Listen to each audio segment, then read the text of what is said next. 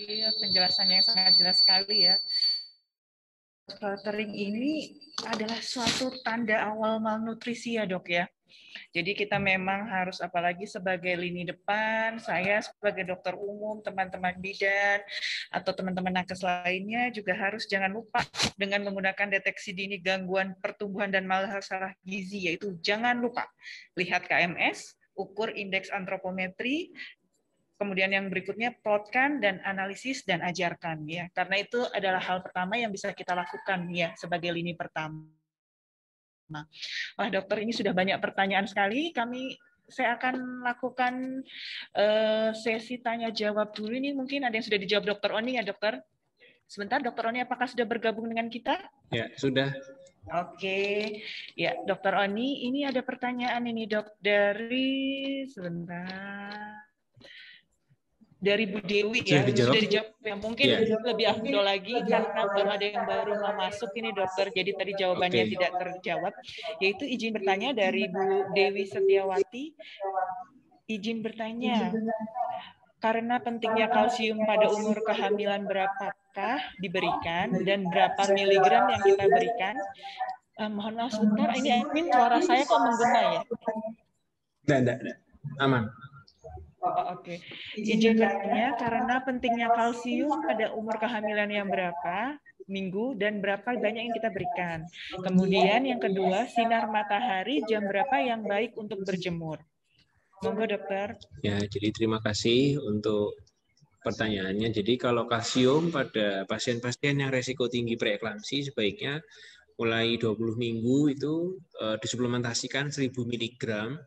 Kalau dari Kemenkes enggak seperti WHO, karena kalau WHO sampai 1000 sampai 2000. Jadi dari Kemenkes sudah diarahkan untuk minimal 1000 dan kalau bisa dikombinasi dengan vitamin D 800 unit. Itu untuk pasien-pasien yang resiko tinggi preeklamsia berat.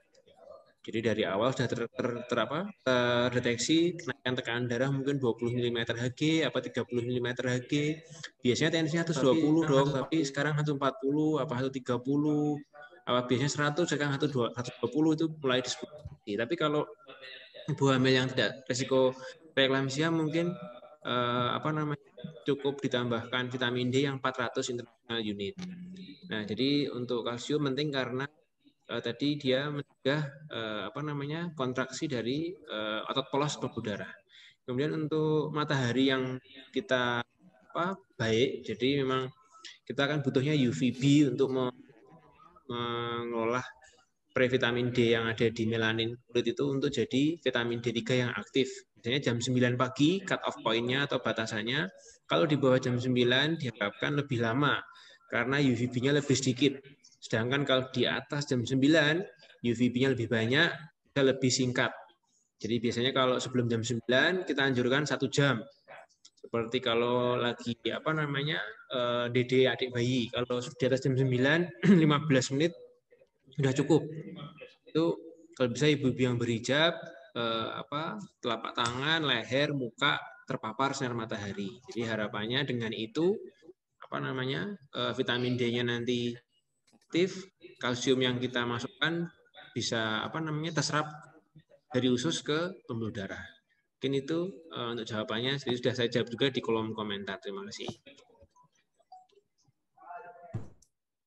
Iya, terima kasih dokter. Jawabannya jelas sekali ya. Ini juga ada yang sudah bantu. Mungkin kalau yang masih bergabung, ada standar dari Kemenkes WHO ya dokter ya. Nanti mungkin kalau bisa bingung lebih jelas, boleh ketika tanya lagi dengan dokter Oni pas pada saat jam beliau praktek. Oke, ini dokter, kalau tadi kalau malnutrisi saat terjadi pada 1000 HPK pada anak kan irreversible ya dok ya. Seandainya hal ini terjadi pada ibu hamil. Ketika mengetahui usia kehamilan, umur kehamilan ketika trimester 2, dok, ternyata dideteksi malnutrisi. Apakah bisa dikejar, dok, untuk kekurangan malnutrisinya? Atau bagaimana, dokter, dari segi pandangan obstinnya, dokter? Ya, terima kasih. Jadi kalau 80% 1000 HPK kan memang dalam kandungan, dalam kehamilan. Jadi kalau misalnya kita saat melakukan pemeriksaan di Poli KIA ataupun mungkin saat pemeriksaan dengan dokter Obgyn, mungkin saat pemeriksaan USG, laju pertumbuhannya tidak sesuai atau stagnan. Sesuai dengan usia kehamilan 28 apa 30, nah kita harus curiga ini ibunya yang malnutrisi atau malabsorpsi atau yang lain. Jadi kita harus melakukan pemeriksaan komprehensif. Nah, jangan sampai kita hanya memberikan terapi empiris berulang-ulang. Pokoknya suplementasi besi terus tanpa kita melihat penyebabnya. Jangan-jangan dia cacingan, jangan-jangan dia ada penyebab-penyebab yang lain. Dia punya penyakit kronis yang kita belum gali. Jadi sebaiknya kalau ada IUGR atau pertumbuhan janin yang terhambat, digali lagi. Kira-kira ini ibunya ini mau ke arah mana? Infeksi, malnutrisi, malabsorpsi, atau penyakit komorbid. Jadi mungkin koinsiden kayak keadaan autoimun atau yang lain, itu perlu kita lihat. Jadi selain terapi empiris, mohon dilakukan pemeriksaan penelusuran, entah dari anamnesa atau mungkin dari penegakan diagnosis dengan laboratorium. Jadi kalau misalnya tadi sudah saya sampaikan seperti pasien-pasien dengan kadar cadangan besi yang rendah, ferritin, mungkin bisa kita sampai ke sana. Kemudian pemeriksaan gambaran darah tepi. Kemudian kita lihat juga BMI-nya sebelum dan setelah hamil. Jadi kita menghitung obesitas juga BMI-nya itu kalau bisa sebelum hamil sama saat hamil dihitung.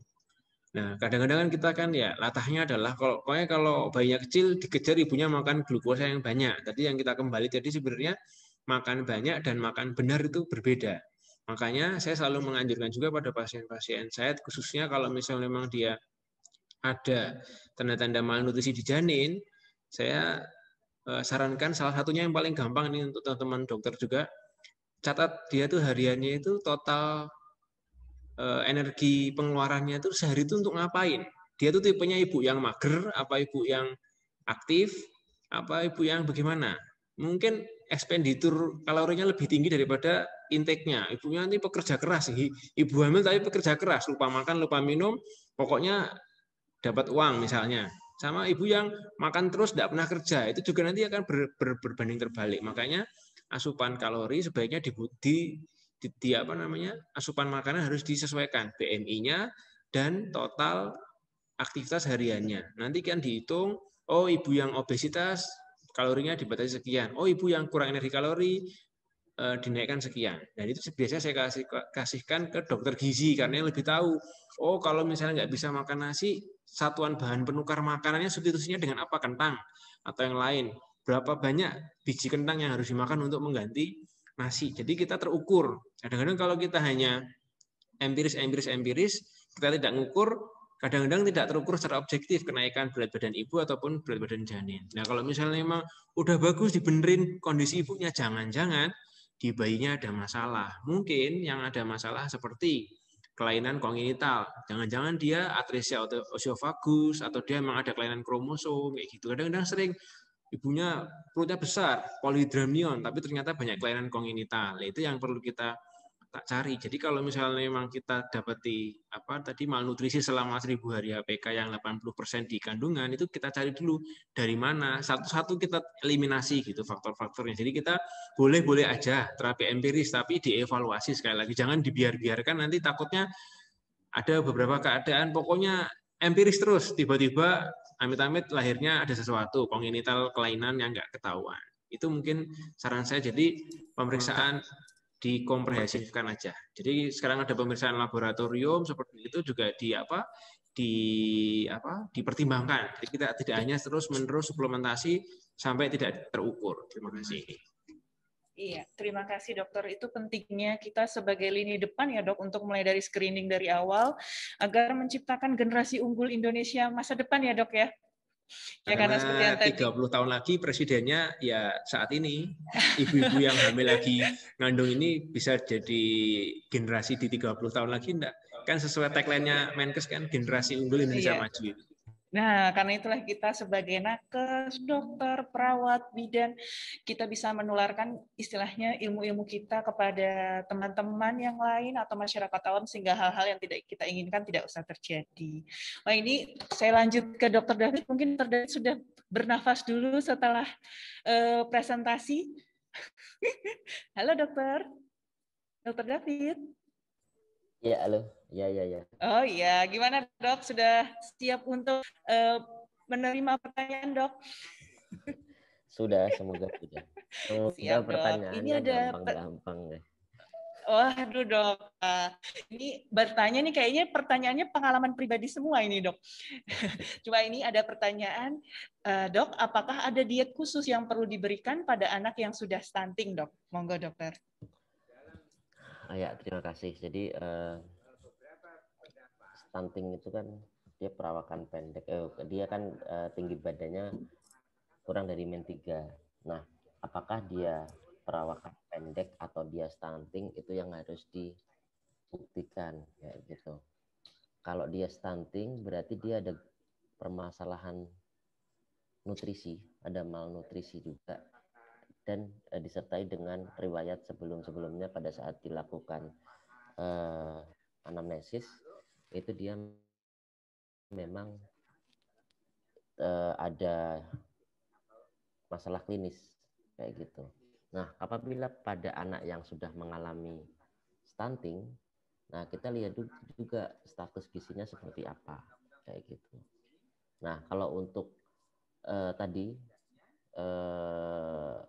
kerusakan yang dialami sebelum terdeteksi ya irreversible gitu, tidak bisa kembali lagi. Tapi untuk kedepannya nanti ya harus kita kejar untuk pertumbuhan dan perkembangannya itu. Nah, untuk makanan khusus ya yang jelas makanan yang memenuhi kebutuhan nutrisinya si anak gitu. Dan seperti karbohidrat, protein, lemak, dan mikronutrien, dan harus disesuaikan dengan usia dan berat badannya dia, seperti itu. Nah, kalau untuk ininya bisa untuk menambah proteinnya, untuk meningkatkan proteinnya bisa, gitu. Tapi apakah dia akan mengembalikan kerusakan sel otak ataupun sel otak yang sudah tadi jaras-jarasnya sudah mandek itu sudah berhenti, ya sudah tidak bisa gitu. Hanya mencegah yang nantinya ke depan biar tidak lebih berat lagi gitu. Siap, Dokter. Berarti ke depannya makanya sebelum saat hamil nih benar-benar harus dikontrol gitu ya, Dok ya, agar kejadian yang tidak diinginkan tidak terjadi. Kalau kata Dokter Ani, yang jadi presiden 30 tahun akan datang yang lahir-lahir saat ini ya, Dok ya. Belum tentu tapi dokter. Belum tentu. Tua sekarang juga banyak yang rebutan kan. Rebutan presiden, siap dok. Dok, ini ada bertanya lagi dokter dari Mbak Fitri Dewi Lestari ya dok ya. Izin bertanya untuk dokter David, kalau anak 3 tahun tiap bulannya berat badan bertambah setengah kilo sampai 1 kilo itu normal tidak dok? Terus untuk mengatur dietnya pripun J agar tidak berlebihan. Untuk berat badan saat ini sudah mencapai 26 kilo dengan tinggi badan 105. Wah ini kayaknya pengalaman pribadi nih dok. Jadi begini, kalau seperti itu kita harus mengeplotkan dulu nih, gitu kan. Jadi kita plotkan dulu ke kurva pertumbuhan, baik kurva pertumbuhan BB per U, TB per U, maupun BB per TB. Dan kalau memang nanti BB per TB-nya itu dia risk of overweight, ataupun dia overweight ataupun obesitas, kita plotkan ke IMT per U atau BMI per U. Nanti akan kita lihat apakah dia overweight ataukah obesitas, seperti itu. Jadi untuk Bu Fitri, Dewi, dok. Bu Fitri, Fitri ya? Dewi, iya. Fitri Dewi, tidak bisa ya kalau harus diinikan di sini karena kita belum ngeplotkan kan gitu. Kan harus diplotkan dulu di kurva pertumbuhan kayak gitu. Plotkan nanti apa dulu nih ininya, status nutrisinya seperti apa, asesmennya tadi seperti apa. Jadi PNC tadi yang tadi saya bilang itu memang tidak hanya untuk gizi kurang, gizi buruk, ataupun growth faltering, tapi juga bisa ke overweight ataupun obesitas. Tapi yang pertama harus kita asesmen dulu, kita plotkan dulu. Jawabannya itu dok, Oh iya, berarti harus diplotkan dulu ya dokter ya, Ya. ke kurva pertumbuhan. Nanti ada sesi sendiri ya dok ya. Kalau enggak, boleh deh dibawa pasiennya atau anaknya ketemu dokter David ya dok. Boleh, boleh. Ini ada pertanyaan lagi dokter dari Sri Wahyuni. Izin bertanya dokter David, apakah tumbuh kembang bayi prematur dengan aterem itu sama?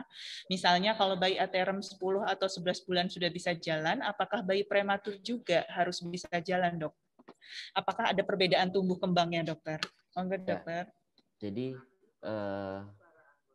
kalau ada perbedaan memang ada, tapi kita tidak bisa langsung menilai preterm nih 30 minggu, berarti nanti harusnya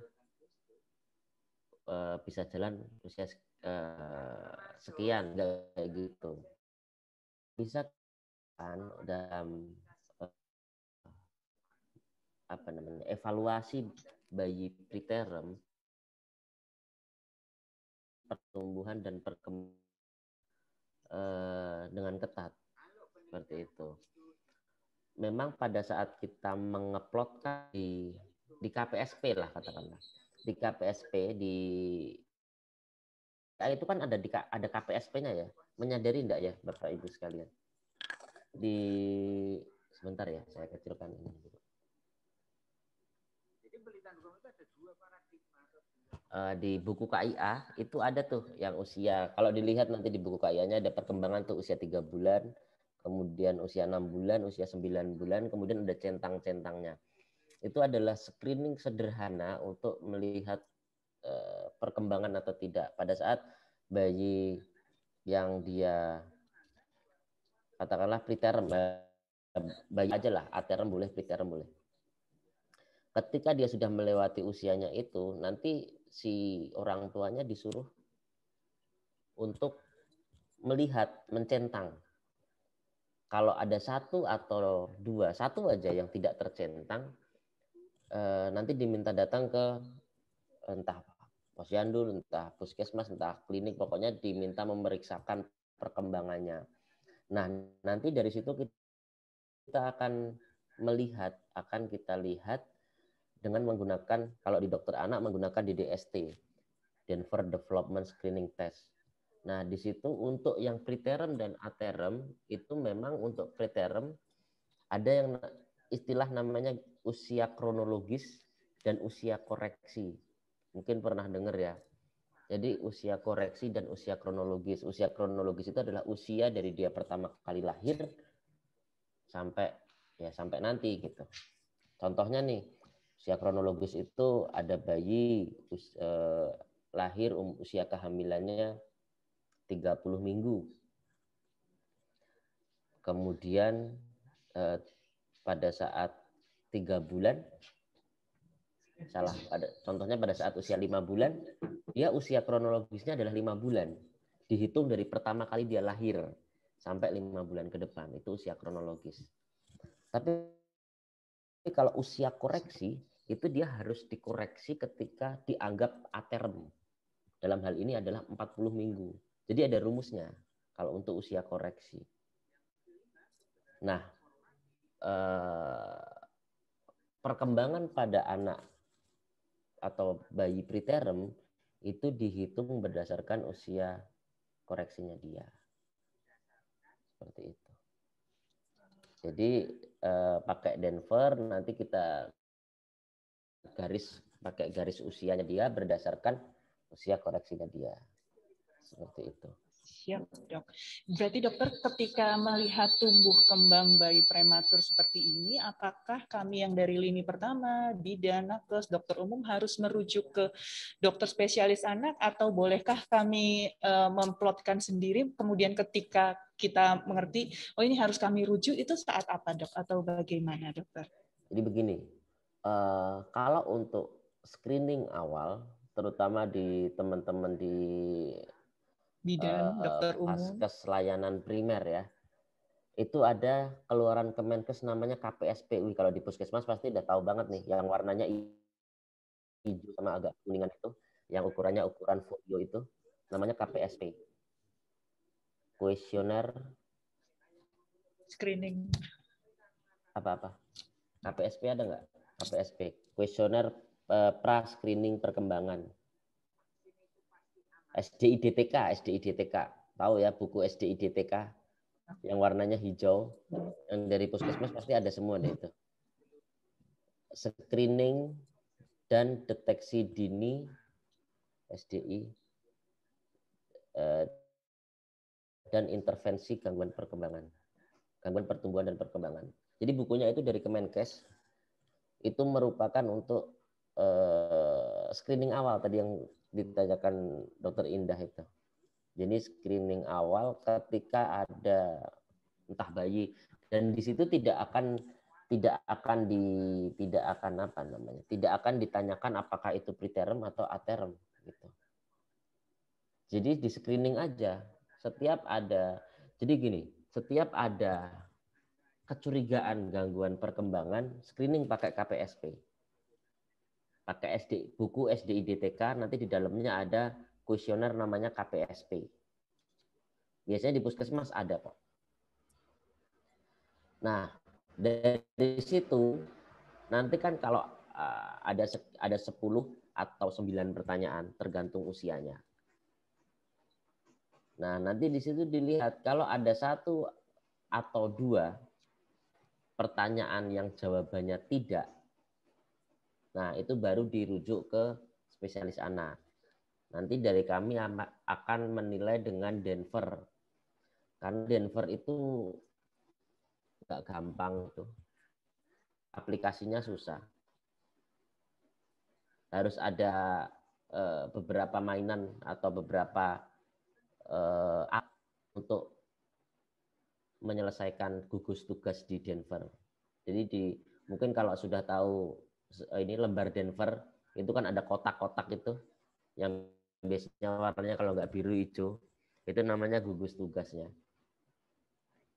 Jadi kalau untuk teman-teman yang di layanan primer, di praktek pribadi, kemudian di puskesmas, atau di klinik, pakailah SDIDTK atau KPSP.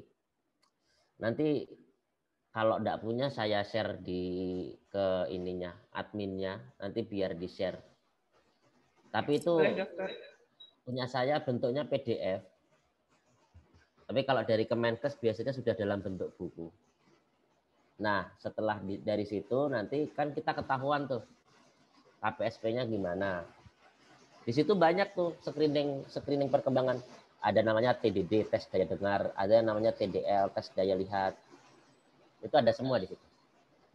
Ya, Dok. Siap, Nah, Dokter. gitu. Nanti baru setelah itu kalau memang ada ini baru dirujuk ke spesialis anak. Jadi biar tidak terlambat mengetahui kalau ada gangguan perkembangannya. Dan di situ tidak melihat aterm atau preterm, Dok. Kalau yang di screening ya, namanya juga screening gitu. Screening itu kan menjaring sebanyak-banyaknya.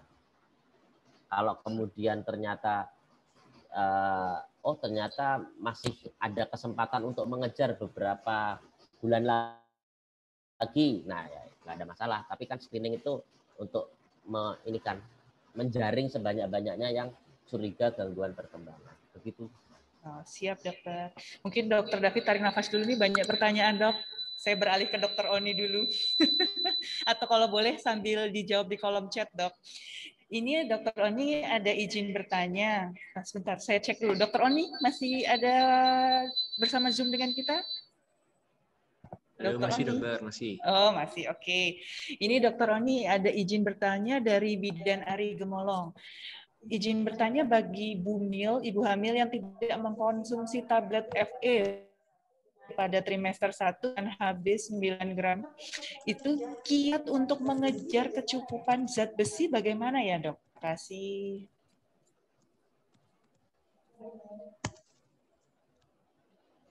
Jadi ini yang tadi saya sudah aturkan, Mbak Ari. Terima kasih sudah rawuh Mbak Ari dari tempat praktek atau dari tempat puskesmas ini, Mbak Ari. Di unmute dulu Mbak Ari. Mbak Ari, mungkin sambil jalan. Di unmute dulu Mbak Ari sebentar. Suaranya dinyalakan dulu Mbak Ari. Suaranya dinyalakan dulu. Lu malah TV-nya ketok. Karo kasure ketok. Kewale Mbak Ari. Nah. Lu. Tenang Mbak Ari, tenang. Aja gogrok Mbak Ari, bentar. Tenang Mbak Ari. Nah, di kameranya diarahkan ke Mbak Ari aja. Halo Mbak Ari. Dari rumah ya berarti ya? Nah, udah jelas. Maaf. Ya. Iya. Oke. Mbak Ari, jadi gini, tadi kan pertanyaannya kan memang apa namanya? Kesulitannya adalah pasiennya tidak mau minum tablet zat besi, Dok. Lah terus piye gitu kan? Lah, masalahnya kita harus berikan edukasi terus-menerus. Memang masalahnya nutrisi itu susahnya itu ya, Mbak Ari sama teman-teman yang lain ya. Jadi kalau kita ada resistensi dari pasien, kita harus agak lebih ini lagi apa namanya lebih memberikan alasan yang tepat. Karena gini, satu, piye makannya dia, sudah betul apa belum. Kedua, dia aktivitas harinya gimana. Yang ketiga, kebersihannya ibunya gimana. Ada riwayat infeksi sebelumnya atau tidak, riwayat penyakit komorbid kronis ada apa enggak, itu harus kita lihat. Kenapa kok tiba-tiba HB-nya 9. Tadi yang sudah saya matur, hampir 50% itu kekurangan zat besi, cuman yang lain-lain bisa jadi yang lain. Karena apa, kelainan darah dan lain-lain. Nah, sekarang kiatnya kalau misalnya mau empiris, artinya empiris itu gini, tutup mata, pokoknya tak kasih edukasi atau tak kasih obat, efeknya gue tak lihat. Itu empiris, maksudnya gitu. Ya sudah, berarti kalau pasiennya Bu, pokoknya saya berniat sudah berusaha, aku mau makan. Ya sudah, makan ya. Nah, tapi diatur juga, misalnya dia makan brokoli. Nah, ini ngomong brokoli yang sebagai zat Fe yang bagus. Dia mau makan brokoli sak gentong gitu. Misalnya dia masih minum atau makanan yang penyerapannya mengganggu penyerapan zat besi. Contohnya fast food, apa junk food, atau mungkin yang paling gampang teh atau kopi yang berlebihan, di mana di teh dan kopi itu kan mengandung polifenol. Nah, polifenol itu mengganggu penyerapan zat besi. Dia mau makan brokoli banyak pun tidak akan masuk diserap dalam tubuh si zat besinya itu. Atau yang kedua, dia udah bagus makannya, tapi makanan yang dia dapatkan itu pengolahannya tidak bagus. Nah, sekarang kita juga bingung kan Mbak Ari. Suplementasi pasiennya tidak mau diberikan suplementasi. Tapi pola makanan sekarang ini yang nggak ada pestisidanya kan agak susah. Jadi kita makan sumber zat besi, tapi kita juga makan zat yang mengganggu penyerapannya. Jadi itu yang tadi saya matur, oke, boleh empiris terserah, tapi terukur. Jangan sampai tuh pasiennya pokoknya nggak mau dikasih apa-apa, tapi nggak mau dilihat. Nanti tiba-tiba aterem HB-nya 7, HB-nya 6, perdarahan postpartum. Kasihan yang nolong sebenarnya. Itu kalau cuman gangguannya pada kelainan lahiran. Tapi kalau bayinya sampai ada stunting dalam kandungan sampai kita mencetak generasi yang tidak bagus, kan kita kembalikan lagi apakah ibunya mau gitu. Jadi ini yang penting sebenarnya tuh kita bisa edukasi sebelum hamil itu Mbak Ari. Ibu mau hamil ya 3 bulan, 6 bulan sebelumnya makannya yang bener dulu gitu. Jangan ibu maunya hamil terus autopilot, pokoknya aku hamil, hore merdeka, nanti lahir gitu kan, tidak bisa. Karena hamil ini kan ada beban kewajiban yang dipikul seorang ibu. Kalau misalnya emang berlangsung dengan bagus ya alhamdulillah sampai hari hamil aterem terjadi persalinan yang baik sesuai dengan keinginan. Tapi kalau hal yang tidak diinginkan terjadi, itu yang perlu kita tekankan. Ibu ini kita bimbing itu karena Mbak Ari ini sayang sama ibu, bukannya karena kita maksa-maksa ibu untuk.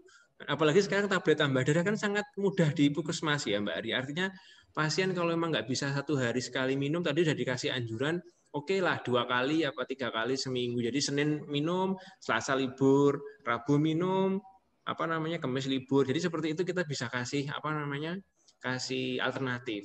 Atau misalnya memang pasiennya mampu ya kasih zat besi yang lebih bagus. Kan sekarang banyak yang effervescent juga Mbak Ari, itu bisa dijadikan alternatif.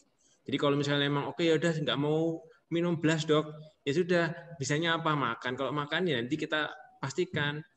Pokoknya Mbak Ari itu sebagai bidan desa tuh ya susahnya itu ya Mbak Ari, yang ngeloni pasien-pasiennya dokter SPOG itu. Jadi kalau misalnya susah senengnya itu yang rasanya sebenarnya ya bidan-bidan itu. Karena laju pertama, pion pertama yang ketemu sama teman-teman pasien itu. Jadi ya, piye ya caranya orang Jawa bilangnya juweh gitu. Jangan sampai juweh kita bosen-bosen. Itu kadang-kadang dibilang galak, dibilang cerigis. Tapi ya kalau nggak gitu, nanti ada kematian ibu atau mortalitas bayi itu yang salah juga bidan desanya. Jadi ya saling, dan itu mungkin gimana fleksibel, gimana luasnya kita sebagai provider kesehatan, pinginnya ke sana, tapi pasien mintanya dienggok sedikit supaya dia mau ke sana. Itu jadi motivasi. Jadi ya Mbak Ari itu ya nolong lahiran, yo swab juga memberikan motivasi. Jadi memang kita tuh memang agen perubahan Mbak Ari. Jadi ya kita merubah semuanya, merubah pola pikir, pola makan, mungkin tadi kebiasaan itu yang perlu kita tekankan. Jadi ya nanti Mbak Ari ini pendekatannya bisa hati ke hati dulu lah sebelum Mbak Ari harus memaksakan harus pokoknya minum Bu gitu. Ya, kalau bisa suplementasi tetap diusahakan dulu Mbak Ari. Kalau memang pasiennya bisa dan bisa dirayu-rayu lah Mbak Ari. Mungkin kan pasien sekarang kan punya handphone bagus-bagus ya. Masa ya enggak bisa beli tablet tambah darah? Kan yo itu kan paradok ya.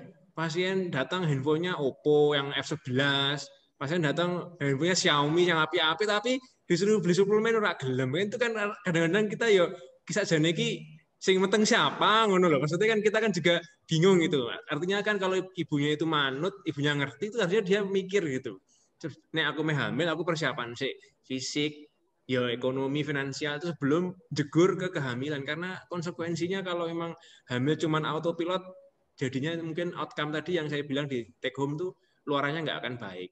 Mungkin itu Mbak Ari bisa kita sampaikan. Mudah-mudahan Mbak Ari tetap juga sama pasien, jangan capek-capek untuk edukasi. Matur suwun.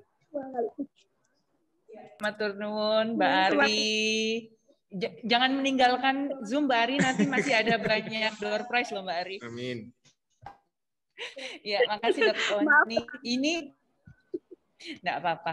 Ini mungkin karena waktu sudah 2:30 sore, jadi nanti ini kita akan ada, ya Dr. Oni ada polling pertanyaan ya Dok ya. Nanti mungkin kalau yang di kolom chat ini nanti boleh minta tolong dijawab via kolom chat juga oleh Dr. David maupun Dr. Oni, Dokter. Ini boleh. Jawabnya untuk kolom chat gimana ya? Diketik aja. Diketik saja Dokter. Ya. Atau kira-kira ini yang sangat mendesak untuk dijawab, jawab langsung Dokter? Ya, jawab langsung apa? Oke, monggo Dokter. Saya sudah selesai kayaknya, Dr. David nih yang masih banyak pertanyaan dari ibu-ibu sekalian nih. Ini idola baru ini, Dr. David. Dr. David ini juga bintangnya Dok. RS Muardi nih, ibu-ibu dan sekalian juga mungkin kalau misalnya untuk sharing mungkin ilmunya lebih fresh. Ya ini Dokter, mungkin ini ada pertanyaan ya. Untuk Dokter Oni ada satu lagi Dok sebenarnya. Dokter Oni ada dulu. Silakan Dokter Oni. Dokter David dulu, monggo Dokter. Ini ada yang nanya nih, Bu Yuyun Mirna. Bertanya Dok, seandainya anak tidak diimunisasi atau imunisasi terlambat dari waktunya, pengaruh ke perkembangan tidak Dok? Pertanyaannya berarti ada 2 ya, bukan 1. Yang pertama adalah apakah tidak diimunisasi itu akan mengganggu perkembangan? Jawabannya iya. Jadi berdasarkan beberapa penelitian itu akan mengganggu perkembangan dikarenakan banyak penyakit-penyakit yang dia nanti akan mengganggu perkembangan. Contohnya penyakit yang rubella, kemudian Japanese encephalitis, kemudian penyakit-penyakit yang bisa kita cegah dengan imunisasi itu kalau terkena itu dampaknya bisa mengganggu perkembangan. Kemudian kalau terlambat bagaimana gitu ya? Kalau terlambat ya bisa dikejar. Ada namanya catch up imunisasi. Jadi kalau memang ada pasiennya ibu-ibu atau mungkin saudara atau siapa yang dia terlambat imunisasi, sadarnya belakangan gitu ya. Dulu-dulu nggak mau, kemudian sekarang baru sadar karena banyak informasi, itu masih bisa di catch up. Tergantung dari imunisasinya apa. Begitu untuk Bu Yuyun. Kemudian yang Bu Fitri Dewi Lestari. Izin bertanya lagi Dok, untuk grafik KMS sudah hampir 6 bulan. Ini agak membingungkan. Tadi saya sudah baca, tapi saya juga tidak terlalu paham. grafik KMS sudah hampir 6 bulan, grafiknya itu naiknya cuma 1 garis aja tiap bulannya. Itu termasuk gagal tumbuh kembang atau tidak ya? Itu nanti dikonsultasikan langsung saja. Karena saya agak bingung David ya, Dok, ya. maksudnya. Karena harus memasukkan ke kurva pertumbuhan tadi ya, Dok, ya. Betul, Dok. Kemudian yang Bu Sinta, izin bertanya, Dr. David, apa penyebab anak gerakan tutup mulut kalau anak alergi protein? Wah, ini mungkin next time ya, kalau GTM gerakan tutup mulut itu luas sekali ya, Dok. Ada beberapa hal. Dan untuk alergi protein susu sapi juga saya ada slide-nya, tapi kayaknya waktunya mepet. Mungkin next time, Dr. Indah. Next time ya, Dok, ya. Kayaknya banyak Terus banget kemudian, nih, Dok. Idola baru nih, Dok. Bayi prematur mulai masuk grafik KMS pada tanggal lahirnya atau tanggal perkiraan lahirnya. Nah, ini penting nih. Saya jawab dulu ya. Jadi untuk bayi prematur, Bu Aris Sutariningsih. Jadi untuk bayi prematur itu ada yang namanya Fenton growth chart. Pakainya F. Nah, untuk Fenton growth chart itu diplotkan di situ pada bayi prematur ya. Berarti prematur itu kurang dari 37 minggu. Kalau kurva pertumbuhannya diplotkan dengan Fenton growth chart sampai dengan usia kehamilan 44 minggu dan panjang badan 45 cm. Baru setelah itu masuk ke kurva WHO. Nah, kalau kemudian bayi tidak,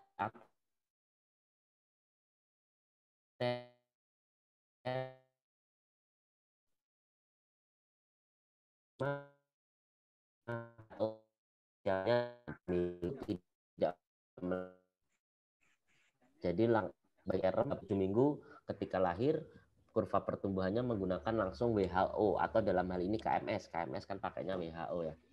Kalau bayi preterm diplotkannya di Fenton growth chart. Nanti cari di internet, ada laki-laki sama perempuan. Sampai kapan? Sebelum masuk ke KMS atau kurva WHO, sampai usia kehamilannya dia 44 minggu. Berarti kalau dia lahir 36 minggu, berarti sampai dengan 8 minggu kemudian. Dan panjang badannya 45 cm. Bukan atau ya, jadi dan. Jadi dua-duanya harus terpenuhi. Baru setelah itu dimasukkan ke KMS atau WHO. Kenapa kok pakai Fenton growth chart? Itu untuk meningkatkan atau mengoptimalkan pertumbuhannya dia. Untuk mengejar pertumbuhannya dia karena dia preterm gitu. Kemudian ini Dr. Oni nih, Bu Ari Gemolong. Siap, Dok. Sama ini nanti Dr. Oni ini juga karena... nih. Dr. Oni terus nih. Udah ya, saya sudah selesai. Saya sudah selesai Dr. Oni. Saya kembalikan ke Dr. Indah. Kalau ya, yang Dok, makasih, GTM sama alergi susu sapi itu karena panjang, jadi nanti kita keep dulu aja pertanyaannya. Mungkin kalau ada waktu. Sesi berikutnya ya. Atau ketemu dokter ya, Dok ya. Di praktek. Ya, Dokter. Nanti ini mungkin yang untuk Dokter Oni bagaimana, Dokter? Mau dijawab langsung atau mau diketik via chat, Dokter, untuk menghemat waktu?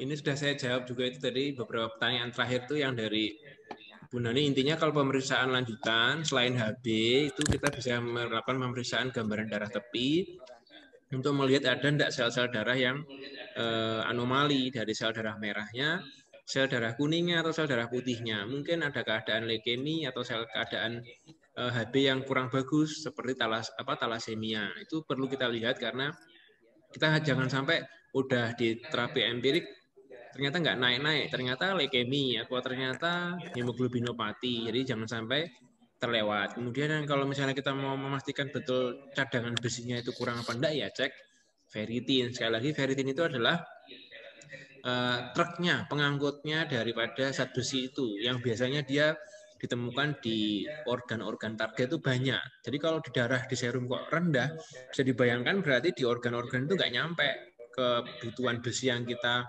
masukkan, terus ternyata nggak ada yang ngangkut gitu.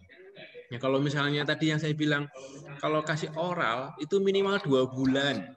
1 hari minum minimal 2-3 tablet. Dan itulah yang tantangannya adalah kepatuhannya.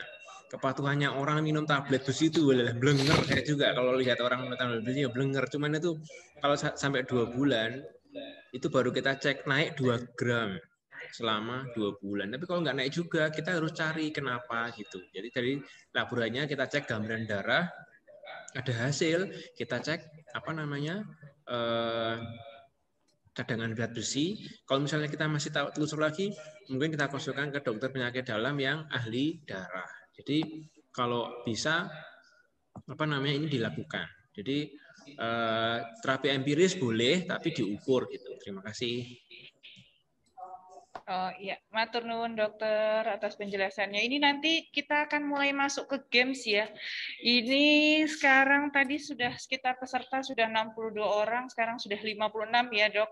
Mungkin sudah lagi tidur siang. Ya ini untuk biar kita lebih semangat, kita akan apa namanya permainan sedikit. Maaf ini suara saya terdengar?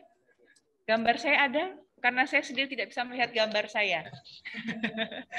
Jadi ini kita akan main polling ya istilahnya ya dokter ya. Nanti mungkin boleh dibantu oleh dokter Oni dan dokter David. Nanti jadi dari polling ini nanti akan yang terpilih, tercepat dan terbenar yang pasti nanti akan mendapatkan dan nanti akan kita panggil agar aktifkan kameranya, dilihat dan dijawab. Setelah itu nanti akan mendapatkan voucher pulsa senilai 50.000, nggak 500.000 ya kebanyakan, 50.000 untuk 5 pertanyaan ya dok ya. Kemudian nanti ada 5 pertanyaan lagi, mungkin yang agak susah tingkatannya ini, sekitar 100.000 per dapat, per jawab. Oke, nanti juga akan ada istilahnya undian pengkocokan yang beruntung akan mendapatkan pulsa 100.000.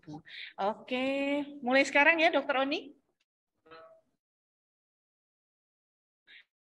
Diri juga bisa ini. Oke, mulai ya, siap-siap. Oke, 1, 2, 3. Mulai dijawab. Mana ini? Kenapa tidak ada yang jawab? Kenapa nggak muncul ini, Mas Admin? Muncul. Oke, 33%. Sebentar ini, maaf ini ada gangguan. Oke, baru yang mau polling. Oke, 1, 2, 3. Selesai ya. Siapa yang mau tunjuk ini namanya kok belum keluar? Gimana ini? Sebentar dulu. Admin, minta tolong. Ini namanya siapa? Saya tidak bisa melihat ini di sini. Bu siapa dokter? Deha Ratmawati ya. Maaf ini karena saya nggak bisa melihat di sini. Ibu Deha Ratmawati bisa menunjukkan buka kameranya dan menjawab pertanyaannya. Ibu Deha Ratmawati. Tancap gas, Pak.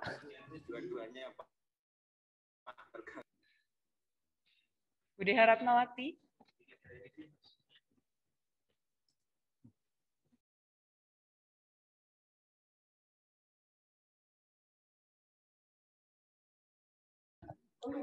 Mbak Deha. Kayaknya yang Mbak Deha tolong dibikin kayak gini, dibikin gallery view. Bu Deha tolong di unmute dulu. Masih termute nih. Videonya udah nampak Mbak Deha, tapi ininya masih termute. Suaranya Mbak Deha.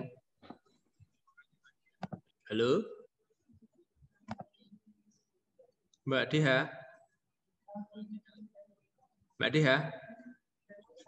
Halo, Mbak Deha? Oke, kalau nggak ada. Oke. Mbak Deha ada, cuman Mbak Dehanya suaranya nggak masuk.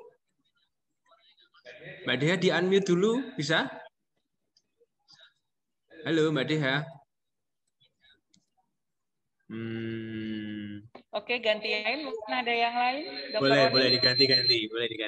Monggo Dokter Oni siapa? Polling nomor 1. Saya di sini tidak bisa melihat siapa yang menjawab, Dokter. Mbak Rosida. Bu Rosida. Oke, Mbak Rosida Puskesmas Mondokan dapat pulsa loh, Mbak. Kalau benar ini 50.000. Mbak Rosida. Tadi pertanyaannya investasi nutrisi tadi ya, Dok? Iya, Ya. investasi nutrisi 9 bulan kehamilan bisa memprediksi kemungkinan penyakit saat dewasa, yaitu Jawabannya apa, Mbak diabetes, Rosida? apa trisomi 21. Monggo Mbak Rosida. Di-unmute dulu Mbak Rosida. Halo. Halo. Belum di-unmute? Mbak Rosida ininya. Halo Mbak Rosida.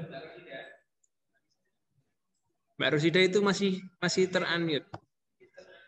Masih mute itu. Nggak bisa ya? Coba silakan. Bisa. Halo. Halo. Ya. Ya. Jawabannya apa nih Mbak Rosida? Monggo. Dapat pulsa 50.000 kalau benar loh Mbak Rosida. Mungkin diabetes mungkin ya. Ya, betul. Woi, selamat. Alhamdulillah. Nanti Ya. menghubungi nomornya admin ya Mbak Rosida untuk memberikan nomor handphonenya Mbak Rosida. Oke, berikutnya Dokter Roni, silahkan. Oke, saya mute lagi ya. Oke, nomor 2. Oh ya, siap-siap. 1, 2, 3. Oke, kita kasih kesempatan 5 detik aja. Ayo mulai di mute. Oke, and stop. Siapa Dokter Roni?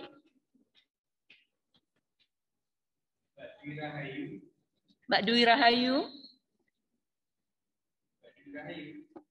Kita panggilan 4 kali ya. Kalau tidak dijawab kita ganti yang lain.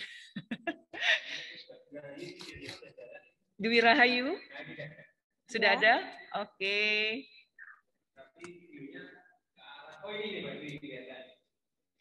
Ya. Ya, selamat siang Pak Dokter. Jawabnya 2 minggu, Dok. Pertanyaannya adalah anemia selama kehamilan yang disebabkan defisiensi besi bisa diterapi suplementasi oral zat besi selama 2 minggu kemudian evaluasi, 2 bulan kemudian evaluasi. Yang mana? 2 minggu. 2 minggu evaluasi. 2 minggu evaluasi, Dok.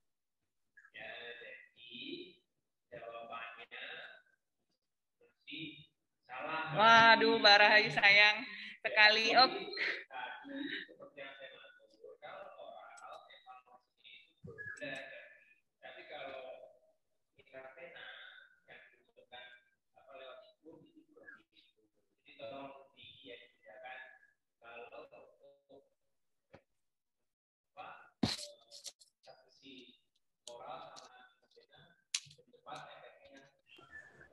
Dokter Oni suaranya belum di-unmute. Oh, masih salah Mbak Dwi, maaf. Sorry.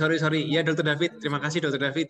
Jadi kalau oral 2 minggu, oral itu dievaluasi 2 bulan baru ada kenaikan. Tapi kalau intravena itu diberikannya setelah 2 setelah 2 minggu. Ya Mbak Dwi ya. Jadi untuk waktu-waktu ini tolong dibedakan. Terima kasih. Oke, berarti yang lain ya. Ini kita kayaknya semakin panjang ini ya. Berarti 2 lagi aja ya Dok ya. Mungkin 1 pertanyaan dari Dokter David, 2.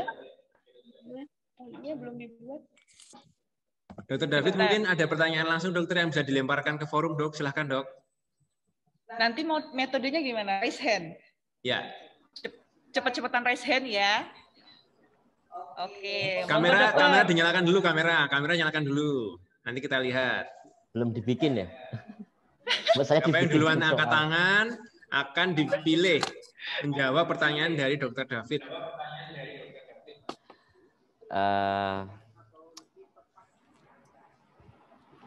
Pertanyaan pertama adalah berdasarkan kurva pertumbuhan WHO, kapan seorang anak dikatakan gizi kurang? Ayo, ini ada siapa nih yang raise hand? Wah, siapa duluan nih? Mbak Kikom. Monggo Mbak Kikom, dibuka kameranya. Sudah dibuka sekarang. Oke, tinggal suaranya Mbak Kikom. Mana Mbak Kikom? Nah, suaranya Mbak Kikom.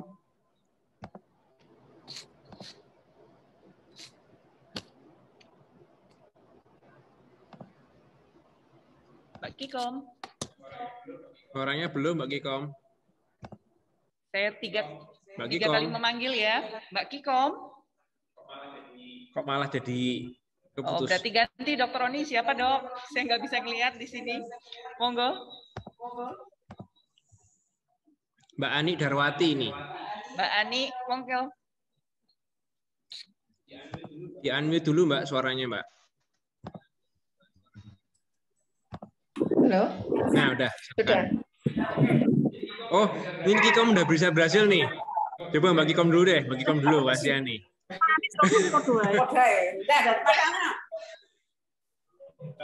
Mbak Kikom. Mbak Kikom. Halo? Oh, ternyata Oke, Mbak Kikom kedua respon. gagal. Ya udah. Berarti Bu Nani lagi. Mbak Nani. Mbak Nani. Rezeki Mbak Nani. Rezekinya Mbak Gimana Nani jawabannya? berarti ini. Bila garis pertumbuhan menunjukkan min 2 SD. Gimana Dokter David? Benar?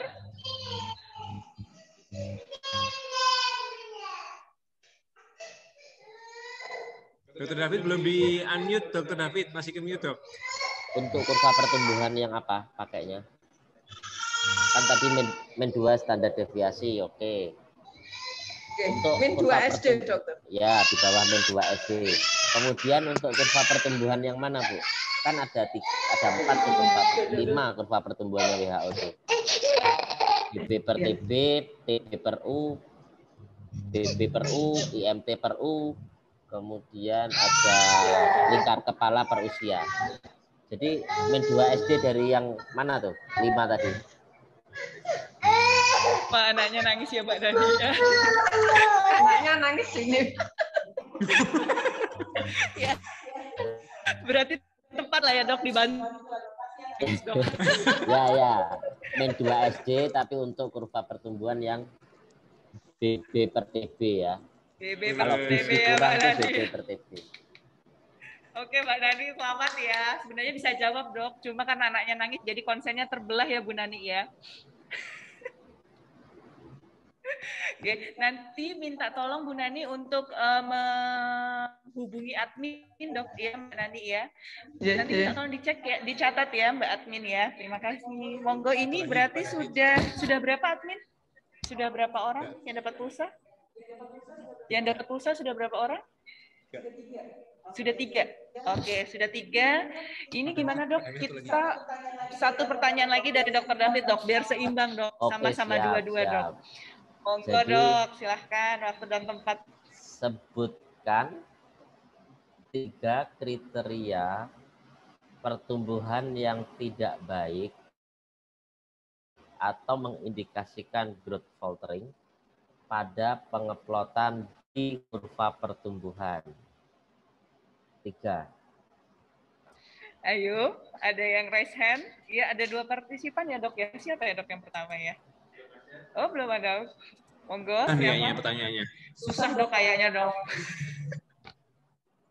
Mana? Siapa yang raise? Ayo, ada yang raise hand? Oh, Nini Setiawati. Oke.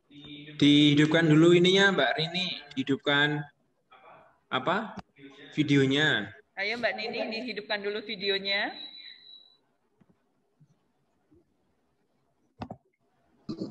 Mbak Nini. Ini sudah. Dan lagi prosesnya. Iya, oh, lagi di jalan. Monggo Mbak Nini jawabannya. Anak dikatakan pertumbuhannya kurang bagus kalau pada penimbangan 3 kali berturut-turut, 2 kali berturut-turut berat badan tidak naik. Oke, 1 Bu. Ya. Yang kedua? Ya, yang kedua untuk penimbangan ada tren garisnya pada plot menurun Pak Dokter untuk 3 bulan berturut-turut menurun. Oke, bagus. Nah, tidak usah 3 bulan berturut-turut, tapi kalau dia ada penurunan berat badan dari berat badan sebelumnya, berarti kan dia sudah menurun, berarti itu sudah growth faltering. Ini ada yang Itu oke, kurang satu lagi Bu. Yanti. Ya. Satu lagi untuk penambahan berat badan, Dok. Penambahan berat badan yang seharusnya harus dicapai berapa ratus gram, dia tidak memenuhi untuk standarnya. Misalnya 1 bulan ke arah 28 ton, dia tidak mencapai penambahan berat badan yang semestinya atau Ya. di bawahnya hasilnya. Betul. Bagus.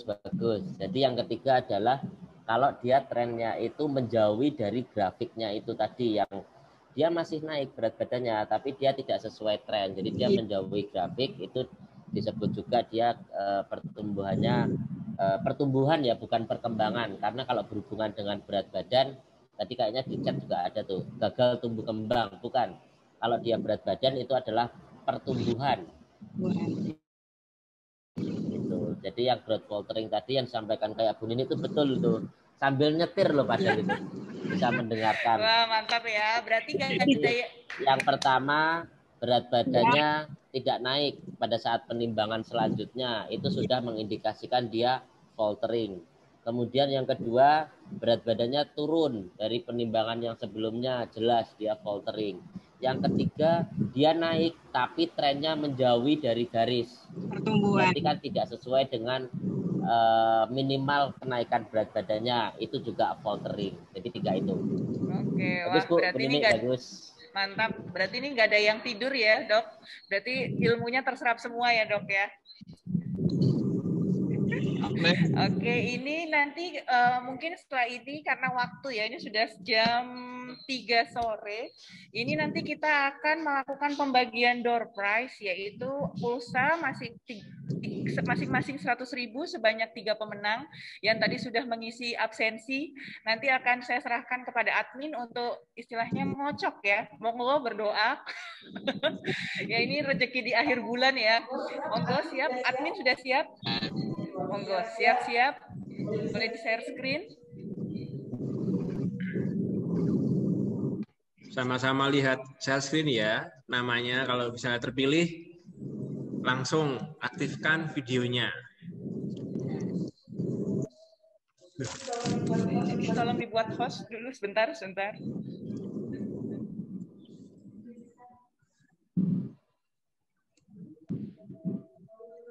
Rizka. Udah. Oke, Mbak Deska sudah jadi admin ya. Nanti menghubungin Mbak Deska ya. Gimana Des? Bentar. Ya, ini yang tadi absen ya. Siap-siap. 3 orang beruntung akan mendapatkan pulsa masing-masing 100.000. Monggo Mbak Deska. Semoga yang dapat kocokan ini dan masih ikut bareng kita 48 orang baru berhak mendapatkan pulsa tersebut. Monggo Mbak Des.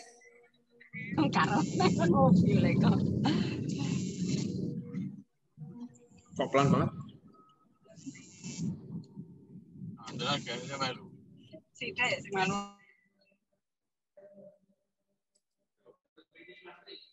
Wah, Rini Sulastri, apakah masih ada Rini Sulastri?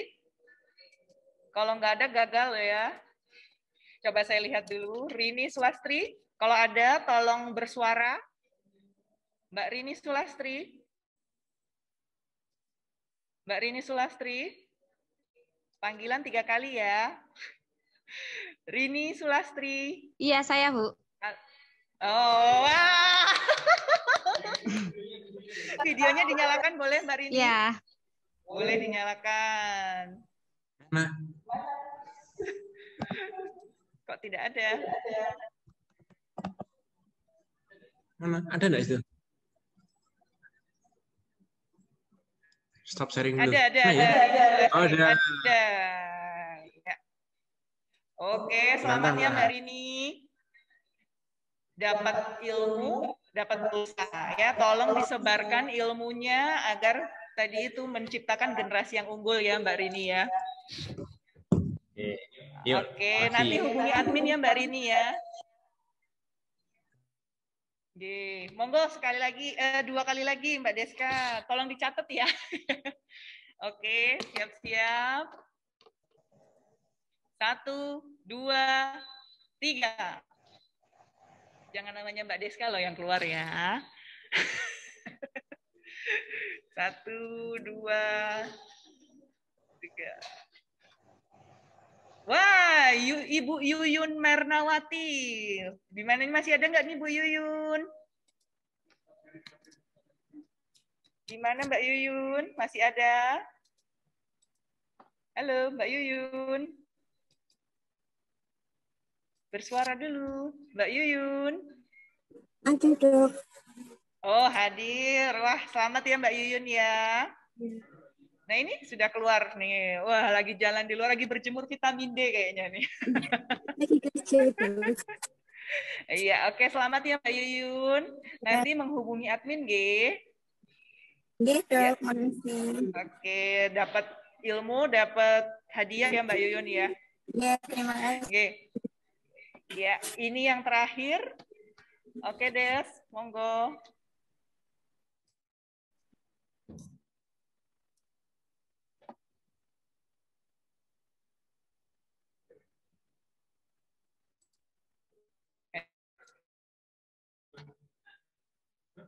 Ayo, Des. Sudah, belum keluar namanya. Oh, lagi loading sebentar ya. Sudah keluar. Ibu Eka Rahayu Ningtyas-Tuti. Stop set. Bu Eka Rahayu mana ya? Bu Eka Rahayu. Coba dicek admin masih ada nggak? Eka Rahayu. Oh nih, Bu Eka. Belum hidupkan videonya. Bu Eka. Suaranya. Halo, Bu Eka.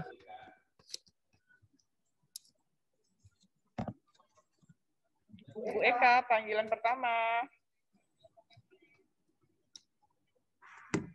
Halo, Bu Eka. Halo, Bu Eka. Hangus? Hangus. Hangus ya, udah. Oke, hangus. Diganti. Ganti lagi.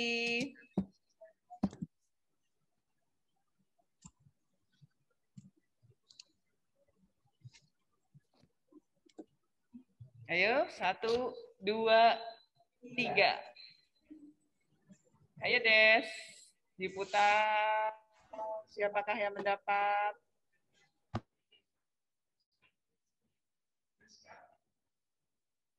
Coba kita panggil Friska, ada nggak? Panggilan pertama. Friska tidak ada. Oh, tidak ada. Oke, ya, sekali lagi ya. Ayo, sekali lagi. 1, 2. Putrannya lama ya. Ini belum makan siang kayaknya nih putrannya ya. Ayo. Wah, Trisanda Sri Andikin. Bagaimana nih Trisanda? Cek dulu. Masih adakah tidak? Tidak ada? Ada? Trisanda, tolong. Ada nih harusnya nih. Trisanda Sri Sadikin. Ini belum hidup. Belum nyala juga. Panggilan pertama. 1, 2, 3. Jangan cepet-cepet. 4, Oke, 5. Ya, diulang. Aduh, sayang sekali ya. Di tanggal tua. Ayo sekali lagi, Des. Kalau kayak gini.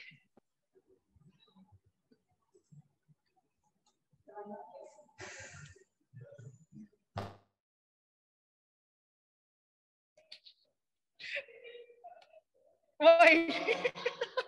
Oh. Itu namanya Ini- Deska diisi berapa? Ini salah ini. Oke. Nggak boleh, ganti. nggak boleh. Nggak boleh. Hapus. Ayo sekali lagi yuk. 1, 2. Iya, siapakah ini? Nah, Bu Tias. Coba. Semoga mau. Mbak Tias, Mbak Tia. Okta. Ada nggak ya Mbak Tias? Halo. Bu Tias, Mbak Tias. Halo Mbak Tias. Halo Mbak Tias. Tias 1. Tias 2. Tias 2. Tias 3. Kalau sekali lagi ini nggak ada, berarti nanti kita kasih pemilih pertanyaan yang paling bagus, nanti dipilih satu dari Dr. David dan satu dari Dr. Oni. Kalau ini gagal lagi enggak. Sekali lagi deh, selain pertanyaan terbaik. Monggo Deska.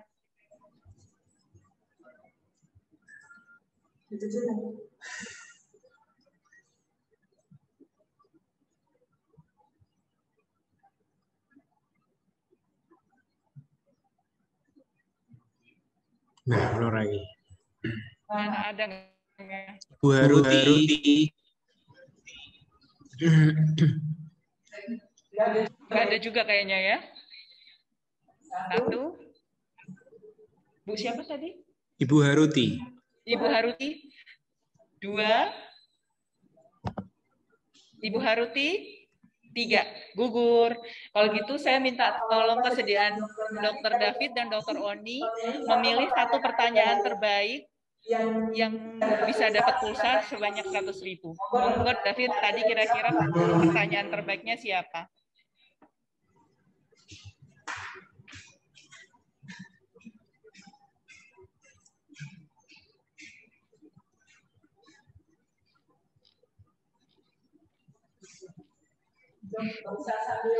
Nggak usah sambil sholat, Dok.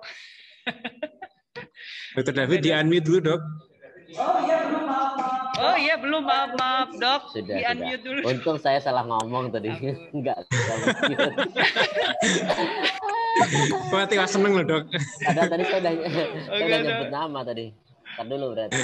Oh iya, monggo, Dok. Ini loh, Dok, yang tadi nanya tentang Bu Ari Sutariningsih tentang bayi prematur mulai masuk grafik AMS pada tanggal lahirnya atau tanggal perkiraan lahirnya. Oke, selamat Bu Ari Sutariningsih. Nanti menghubungi admin, G. Dari Dr. Oni, monggo pertanyaan terbaik. Pertanyaan terbaik. Jadi ini yang tanya sama saya cuman Bu Ari sudah dapat hadiah. Kan nggak mungkin double. Yang tanya tadi Bu. Bukan, Dok, kayaknya. Hah? Bukan Ari ini. Oh, beda ya? Ari yang beda ya? Oh, ya ini. Ya ini. Jadi kalau yang sebenarnya ada 3 pertanyaan dari Bu Ari Gemolong, Bu Ari. Tadi itu Ari Sutariningsih ya. Saya S. Arianti. Ya, Arianti. Ini ya, jadi yang bertanya tadi ada Bu Dewi, ada Bu Ari, terus apa namanya? Ada Bu Kikom, yang Ari Gemolong sama Bu Nani. Jadi ini yang pertanyaannya menggelitik karena tadi berhubungan dengan apa namanya tantangan di masyarakat dalam mengedukasi. Saya serahkan pada Bu Ari Gemolong ini dan Ari Gemolong ini berarti ya. Jadi selamat, semoga jadi semangat untuk edukasi tidak kenal lelah. Terima kasih. Ya, sama-sama. Wah, selamat ya. Terima kasih atas kesediaannya untuk kita kali ini. Semoga di acara kali ini dapat memberikan tambahan ilmu kepada kita untuk jadi bekal selama praktek, nggih, karena kita adalah istilahnya screening awal ya, Dok, mungkin yang untuk bisa mengetahui agar tidak terjadi semakin berat untuk pada pasiennya. Oke, terima kasih atas kehadiran sharing pengetahuannya Dr. Oni. Terima kasih, mohon maaf jika selama memandu acara ini saya banyak kesalahan, mulai dari tidak keluar screen-nya dan lain-lain. Oke, terima kasih. Semoga saja acara ini bermanfaat. Saya Dr. Indah Sriastuti memohon diri dan berucap terima kasih. Semoga acara ini bisa berlanjut step lagi untuk memberi pengetahuan yang lebih. Untuk acara selanjutnya dan penutup saya serahkan kepada MC Dr. Febrina. Silahkan, Dokter. Terima kasih. Assalamualaikum. Waalaikumsalam warahmatullahi wabarakatuh. Terima kasih Dokter Indah. Terima kasih Dokter Indah atas moderatornya. Alhamdulillah di siang hari ini kita mendapatkan banyak tambahan ilmu yang sangat bermanfaat untuk kita, terutama untuk mengedukasi lingkungan atau masyarakat sekitar ya. Oke, untuk akhir acara mungkin ada sesi foto dulu nggih? Ya. Tolong untuk kameranya dibuka semua untuk para peserta.